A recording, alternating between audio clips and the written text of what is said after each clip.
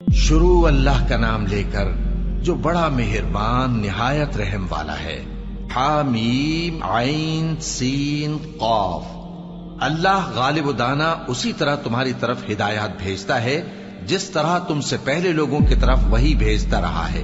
جو کچھ آسمانوں میں اور جو کچھ زمین میں ہے سب اسی کا ہے، اور وہ بلند و برتر ہے، عظیم ہے۔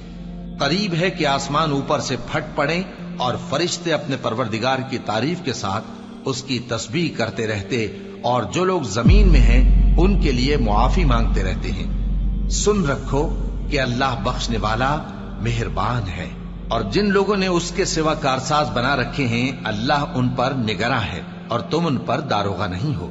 اور اسی طرح ہم نے تمہارے پاس قرآن عربی بھیجا ہے تاکہ تم اس مرکزی شہر یعنی مکے کے رہنے والوں کو اور جو لوگ اس کے ارد گرد رہتے ہیں ان کو خبردار کرو، اور انہیں قیامت کے دن کا بھی جس میں کچھ شک نہیں خوف دلاؤ۔ اس روز ایک فریق بہشت میں جائے گا اور ایک فریق دوزخ میں، اور اگر اللہ چاہتا تو ان کو یعنی تمام انسانوں کو ایک ہی جماعت کر دیتا، لیکن وہ جس کو چاہتا ہے اپنی رحمت میں داخل کر لیتا ہے، اور ظالموں کا نہ کوئی یار ہوگا اور نہ کوئی مددگار۔ کیا انہوں نے اس کے سوا دوسروں کو کارساز بنا لیا ہے؟ سو کارساز تو اللہ ہی ہے، اور وہی مردوں کو زندہ کرے گا، اور وہ ہر چیز پر قدرت رکھتا ہے۔ اور تم لوگ جس بات میں اختلاف کرتے ہو اس کا فیصلہ اللہ کی طرف سے ہوگا۔ یہی اللہ میرا پروردگار ہے، میں اسی پر بھروسہ رکھتا ہوں اور اسی کی طرف رجوع کرتا ہوں۔ وہی ہے آسمانوں اور زمین کا پیدا کرنے والا، اسی نے تمہارے لیے تمہاری ہی جنس کے جوڑے بنائے اور چوپایوں کے بھی جوڑے بنائے۔ وہ اسی طرح تم کو پھیلاتا رہتا ہے، اس جیسی تو کوئی چیز نہیں، اور وہ سنتا ہے، دیکھتا ہے۔ آسمانوں اور زمین کی کنجیاں اسی کے پاس ہیں، وہ جس کے لیے چاہتا ہے رزق فراخ کر دیتا ہے اور جس کے لیے چاہتا ہے تنگ کر دیتا ہے۔